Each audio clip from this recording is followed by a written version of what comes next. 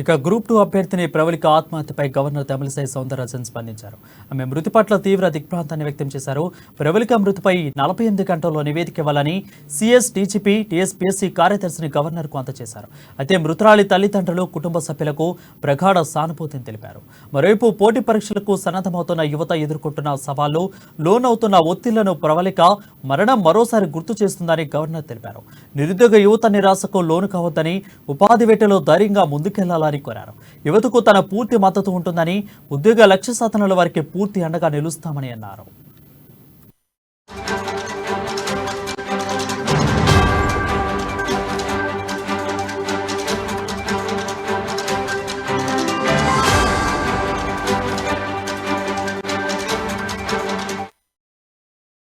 Breaking news చూసిన group 2 అభ్యర్థిని Pravalika ఆత్మహత్యపై governor Tamilisai Soundararajan స్పందించారు.